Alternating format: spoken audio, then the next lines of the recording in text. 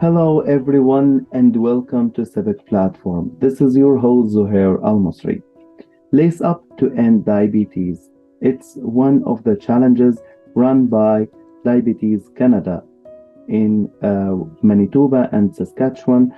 And today we will know about this challenge, how it helps the Winnipeggers to overcome these challenges when they have this disease.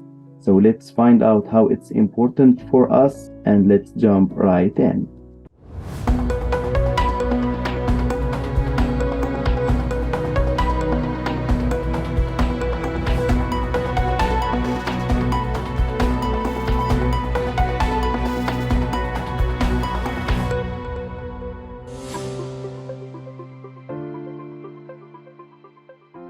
I'm lacing up for my husband.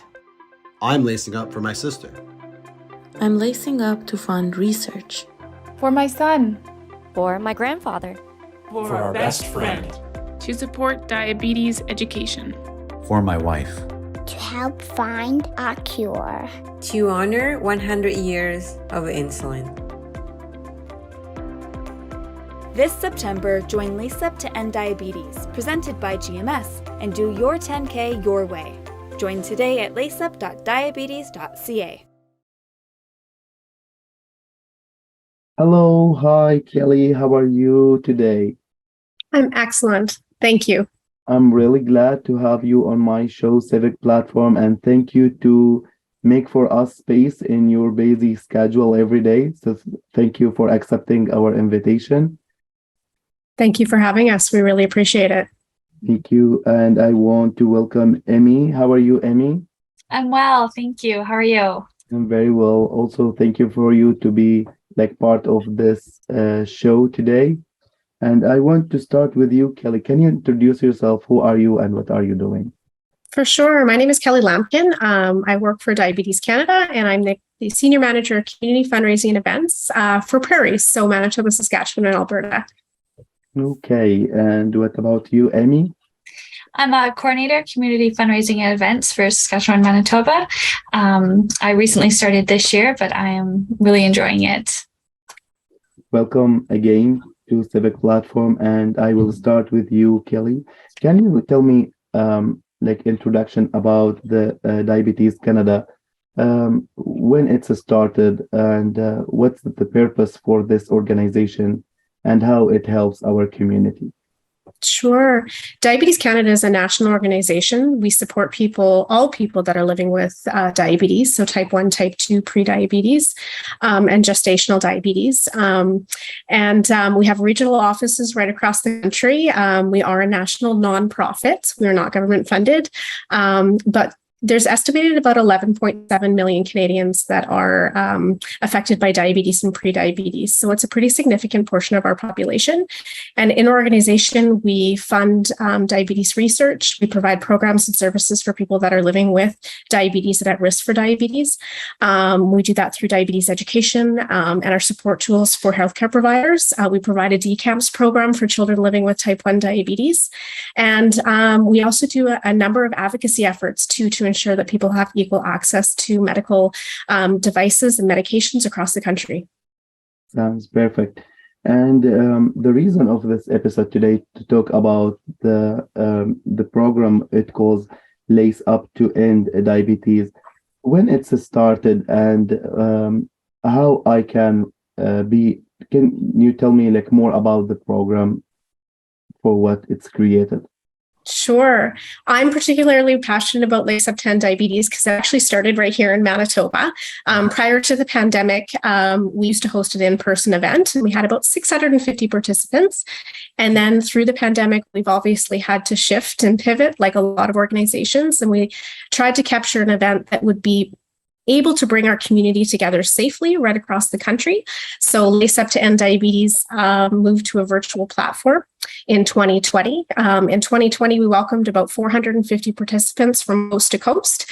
And I'm excited to announce that we have over 1,500 participants this year, and we're in about 400 communities across the country. And so it's grown significantly. It's a program that happens throughout the month of September, from September 1st to September 30th. And it really just encourages Canadians to get up, connect together, and move the way that you choose. You have the autonomy, no matter what your fitness level is, to take part. It's on your own time, at your own pace. We have individuals that have already exceeded their 100 kilometer goals. We have individuals that have mobility issues, so they're actually doing knitting or gardening to get involved. It really just is an opportunity for people that are living with and affected to diabetes to share their story, come together, and raise critical funds for our organization and the programs and advocacy efforts that we support. Sounds perfect. Emmy, if I want to be a part of this program, how I can register and what should I do? Yeah, so registering is really easy. You can register just online at laceup.diabetes.ca. We also had an app available in the Play Store or Google Play where you could just download it and you can track your kilometers, you can set goals for yourself, you can invite your community and cheer each other on. And what's nice about the app and doing it that way is that even though September has come to an end, you can still, track your movement, still hit your goals on your own time.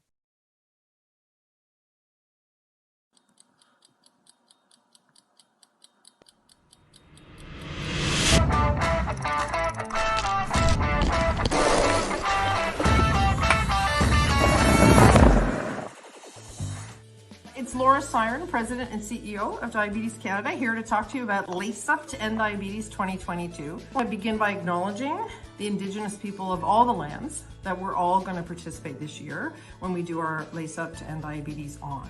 I'd like to acknowledge that from coast to coast to coast, that we work and live on the ancestral and unceded territories of the First Nations, Inuit, and Métis people who call this land their home. So, Lace Up 2022, here we go. Whatever you choose, one of the best things about Lace Up is it's really move your way. You can choose your pace, you can choose how you want to move, and then together we can track our fundraising, because we know this is what it's all about in the end, is to raise money for Diabetes Canada, so we together, all of us, can achieve the vision of a world free of the effects of diabetes. Thank you for what you're doing for people like me who live with diabetes, and I hope to see you all at the wrap-up party. Hi, I'm Sarah. And I'm Megan. Welcome to the Lace Up to End Diabetes 2022 kickoff event. Thank you for joining us from coast to coast at the starting line this year. We're excited to share with you some of the new things this year.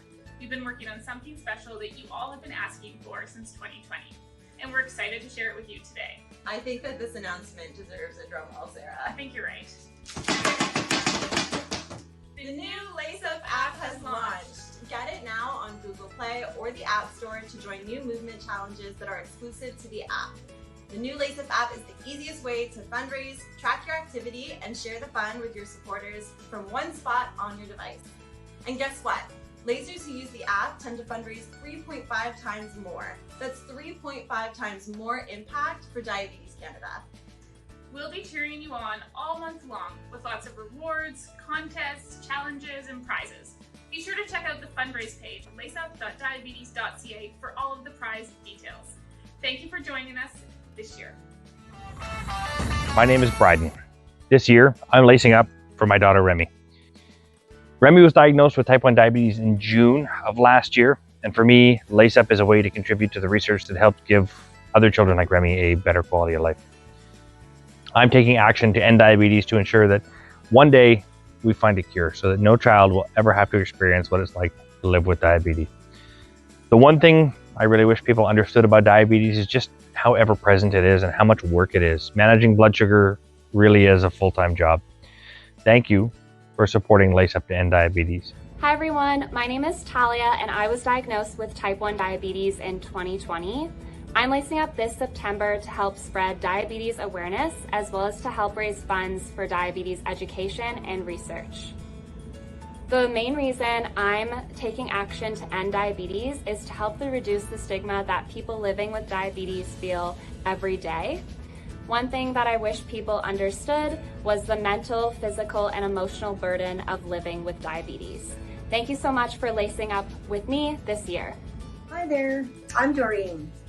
And this year, I'm actually lacing up for numerous family members that are affected by type 2 diabetes, as well as for my brother, who was diagnosed with type 2 diabetes and passed away at the age of 57 due to complications. This year, I've also decided to lace up for myself, as last year I was diagnosed with type 2 diabetes. I'm actually taking action to end diabetes because I personally experienced one of the complications and would wish that no one else has to go through what I went through. The one thing I wish people would understand about diabetes is that diabetes chooses you, not the other way around. Hi, I'm Brooks. I'm taking action to end diabetes because I want to raise awareness and change the way we think and speak about diabetes. I live with type 1 diabetes, and the one thing I would like people to understand about this condition is how exhausting and lonely a chronic condition can really be. We, as people living with diabetes, usually handle it pretty well and persevere, but that doesn't make it easy. And as a friend, caregiver, or ally, having others' understanding can make all the difference in the world. Thank you for supporting Lace Up to End Diabetes. Hi, my name is Jean-Luc, and this September I'll challenge myself to run or walk 150 kilometers to help fight diabetes. Cheers. My Lace Up Your Way challenge is to exercise for 60 minutes a day, whether that's walking, biking, hiking, yoga, weight training, whatever, every day this September. Hi there, my name is Kelly. For my Lace Up to End Diabetes challenge, I am challenging myself to walk 10,000 steps per day from September 1st to September 30th. So 300,000 steps to end diabetes.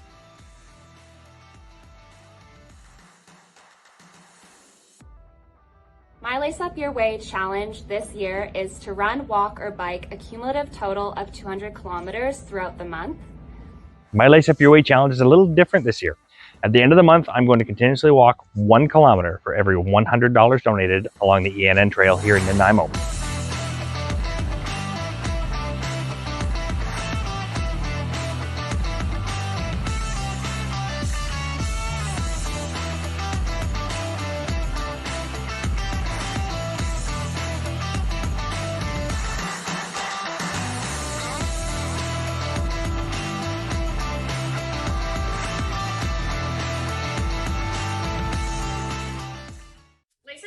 Possible by our wonderful partners.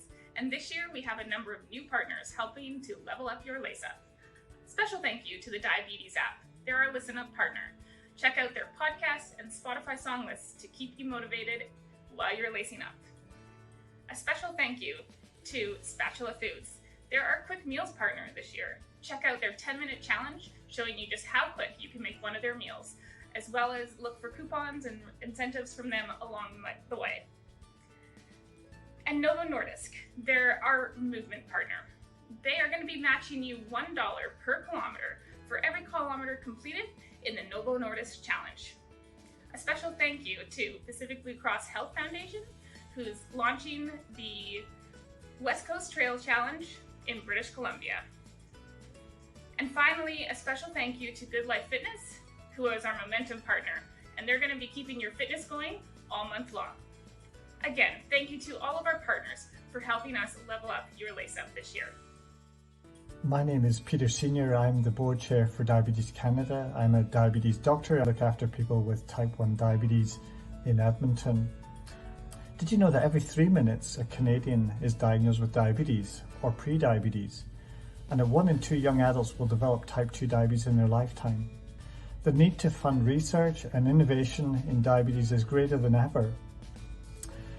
Your contributions to lacing up, either with 10K or 100K, supports education, support, advocacy, but most importantly to me, funds critical research that will help us understand how diabetes develops, why it develops, so that we can better treat it, prevent it, and hopefully one day cure it. I want to thank you on behalf of people living with diabetes, on behalf of the board and all of the team at Diabetes Canada for your contribution and your partnership. My favorite part about Lace Up is getting to connect with all of you and hearing the powerful stories from the community like we heard today. Thank you so much to Bryden, Talia, Brooks, and Doreen for sharing their stories. I can't wait to hear more from all of you throughout the month, so please be sure to use the hashtag LaceUpYourWay and tag us at Diabetes Canada so that we see your shares. Don't miss out on the Lace Up Day celebrations on September 25th. Join us on your favorite social media platform and take part in the Lace Up Day 5K. On behalf of all of us at Diabetes Canada, thank you for joining Lace Up and supporting the 1 in 3 people in Canada impacted by diabetes. If you need any help at all throughout the month, please reach out to us at laceup@diabetes.ca. Every dollar and distance makes a difference. Let's end diabetes together.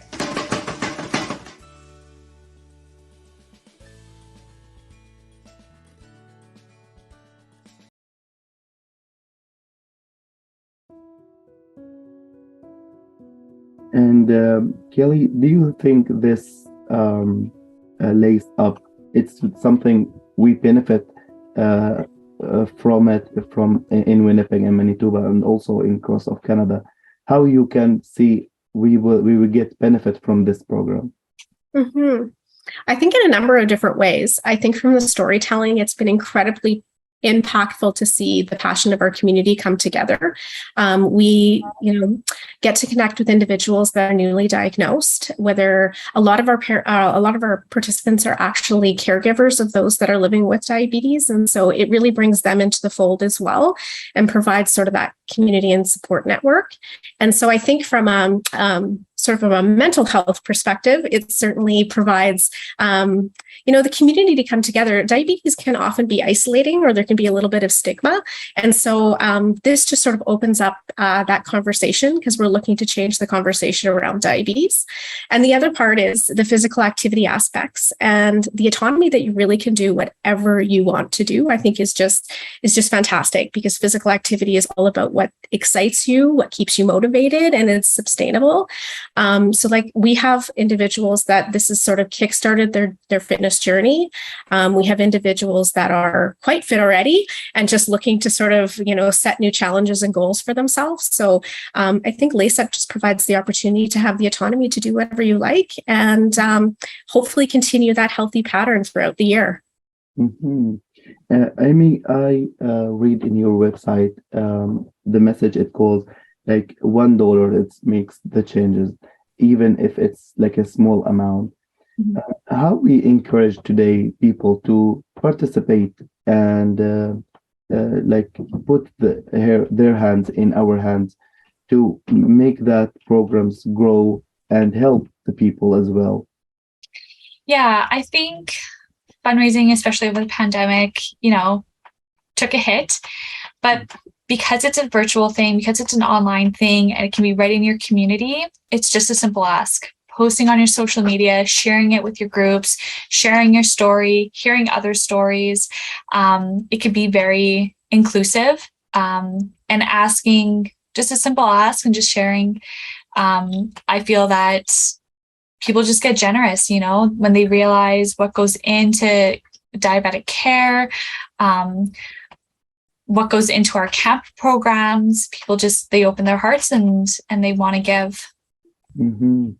And Kelly, we are living in a very cold country, and when we encourage people to be like physical active, I remember once I arrived to Canada, they told me, you will accept extra weight in Canada, be careful, avoid junk food. So it's something very challenging for the Canadians to move them to be physical active. And with this disease, especially the diabetes, it comes with our fatness, unfortunately, when we accept extra fat.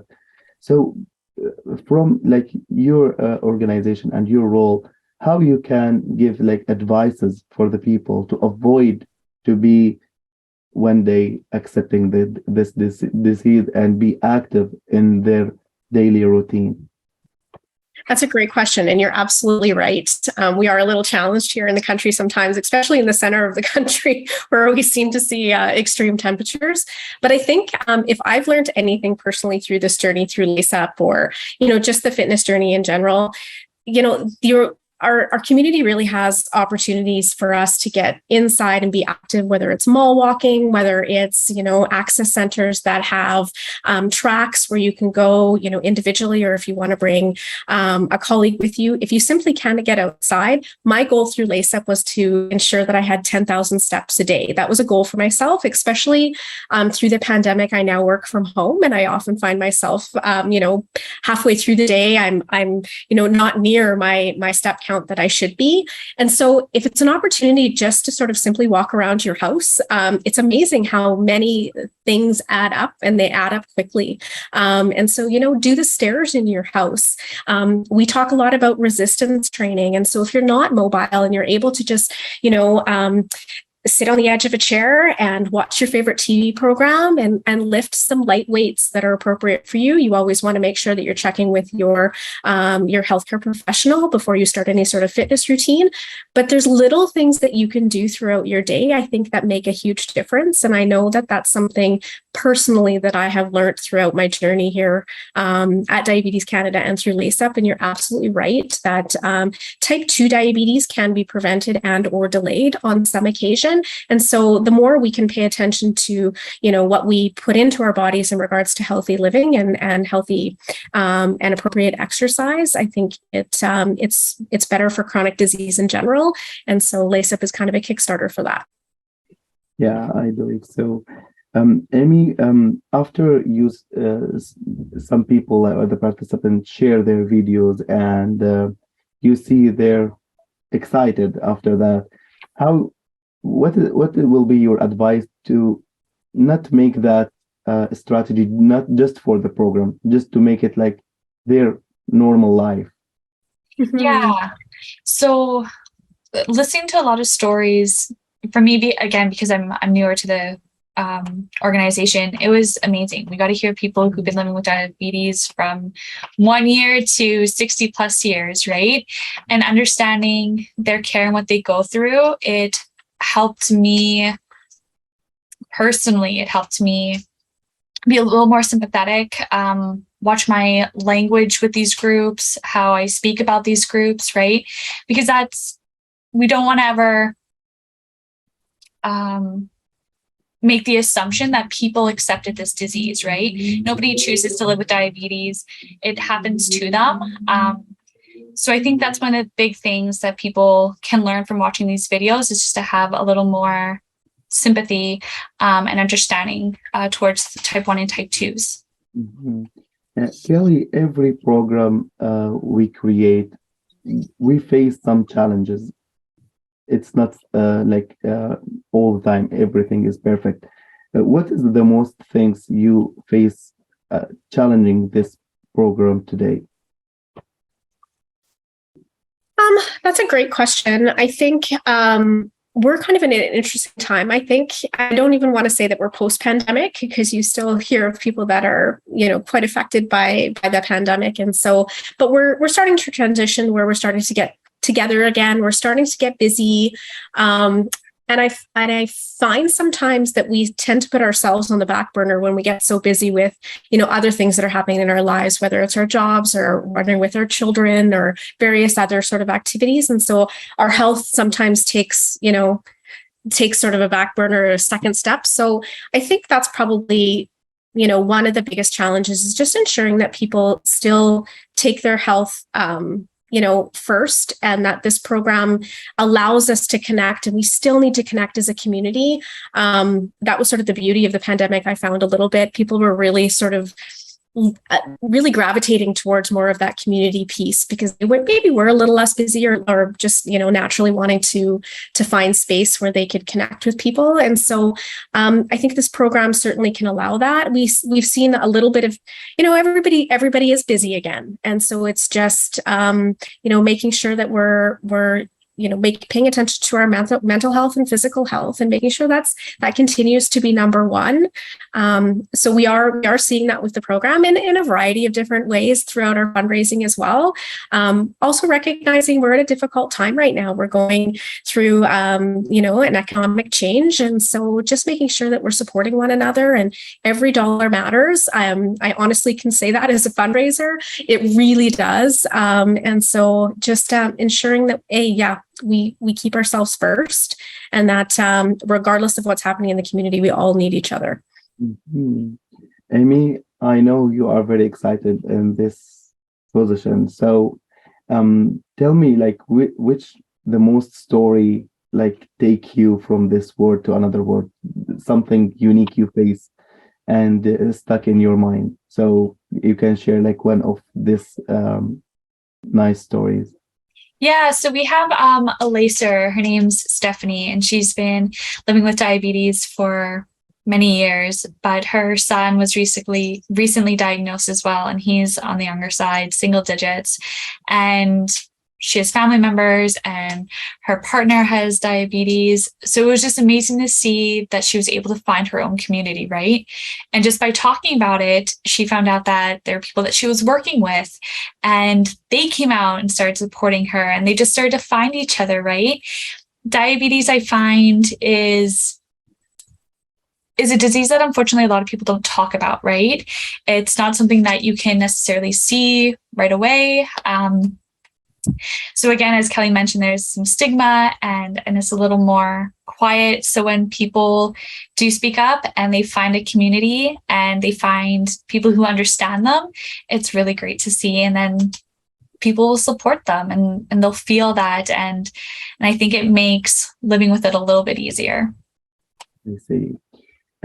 Kelly, you mentioned a lot about the period of the pandemic, and I totally agree with you. It was like a very serious time, especially for the people who should be active with this with this disease, the diabetes, and they are not be able to go outside, and they can do anything. Even if they accept also the virus, they are not be able to do anything because, the fatigue and very high temperature.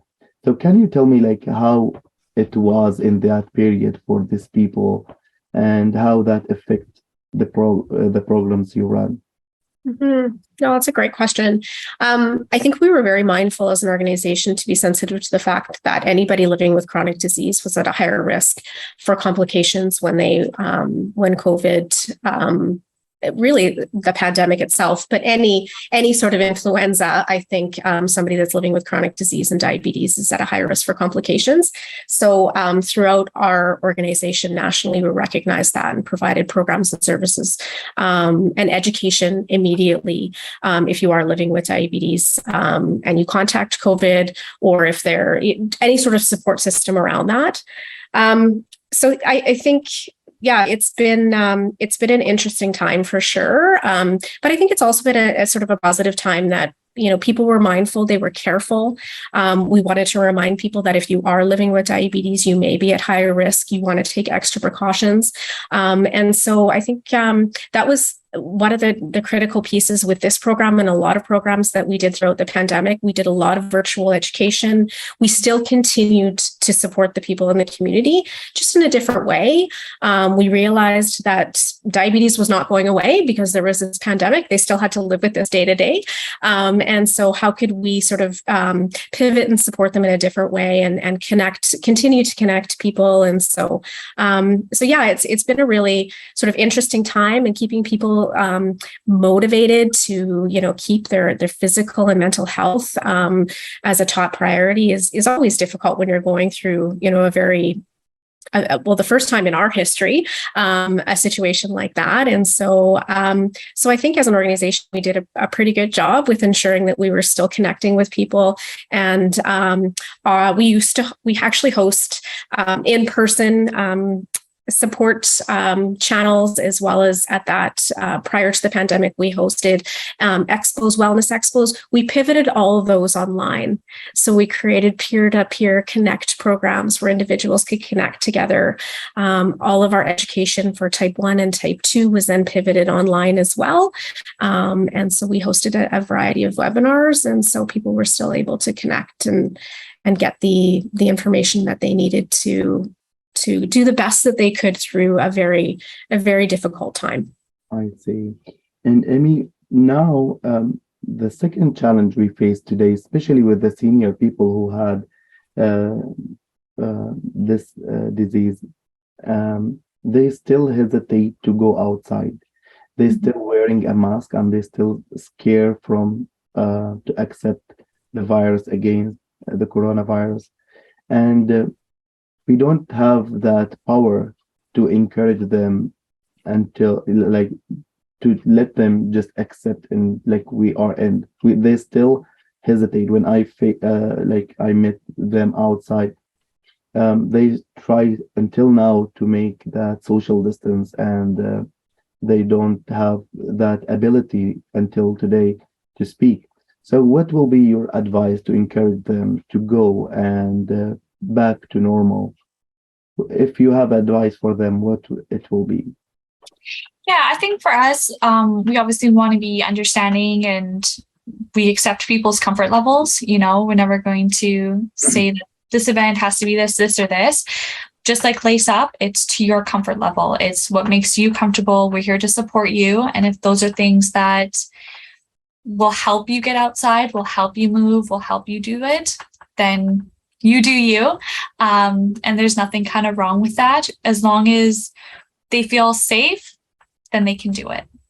Mm-hmm. And the money, when we collect it, Kelly, it goes directly to the patients, or there is a part of it for the research, and how it goes after we donate it? That's a great question. And so, yeah, all money that's raised supports our programs and services for people that are living with diabetes. If you raise $2,500 or more, you actually get to designate your funds.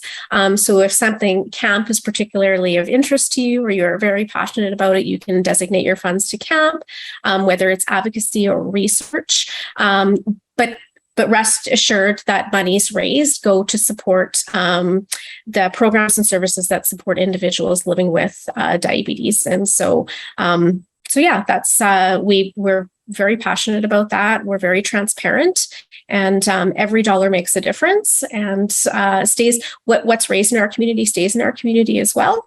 That's important to know. And so we're able to tell our community what we've raised here in Manitoba, or what we've raised in Saskatchewan or across the country. And so we're very transparent with our donors, and just appreciate everything that comes through to us. And I think it's very evident to what we do in the community, and through Diabetes Canada online, where their dollars go. We have local diabetes researchers that we fund as well, and all of that information is available online. Mm-hmm. And Emmy, if I want to create a group to do a sport, or to share our videos, what is the most sport now? You, from your website, you see the people like it the most, run, or they do a group of soccer. What is the most, or the easiest sport, or it's just something open, what they like? Right. What they are doing today?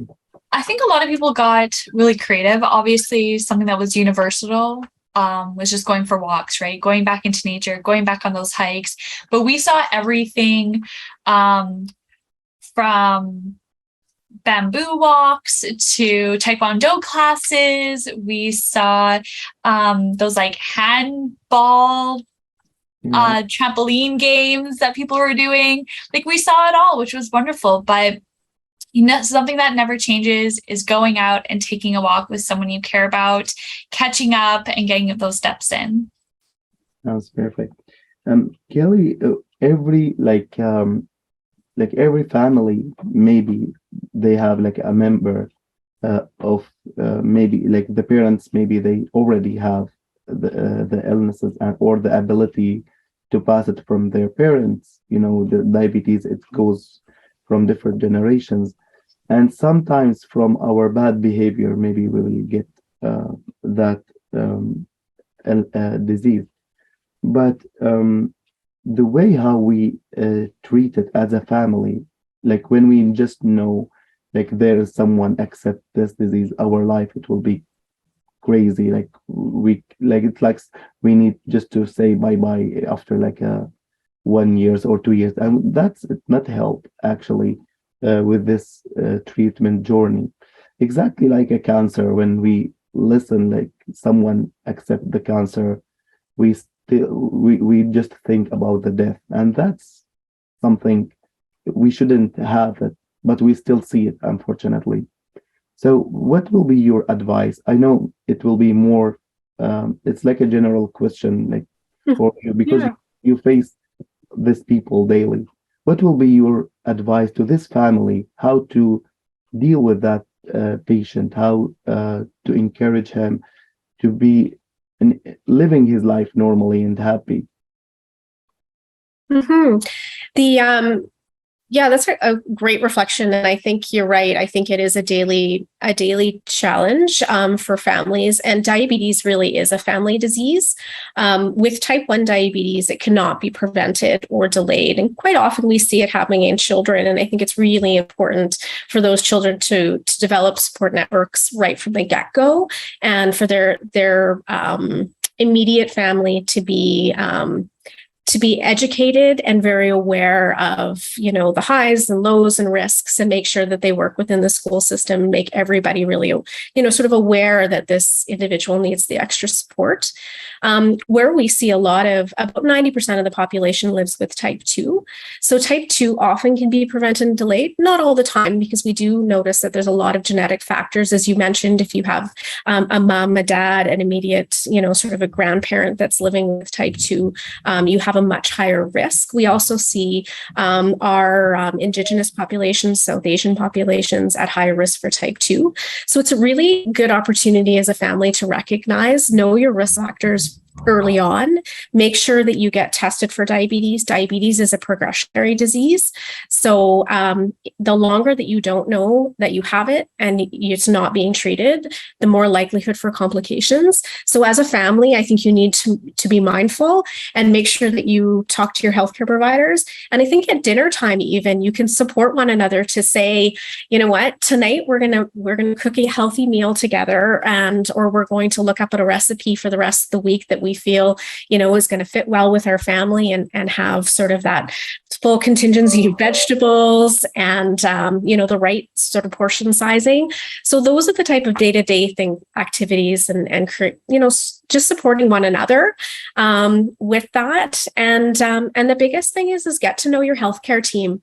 And that doesn't just have to be the individual that's living with diabetes. It's really important that that person has a support system.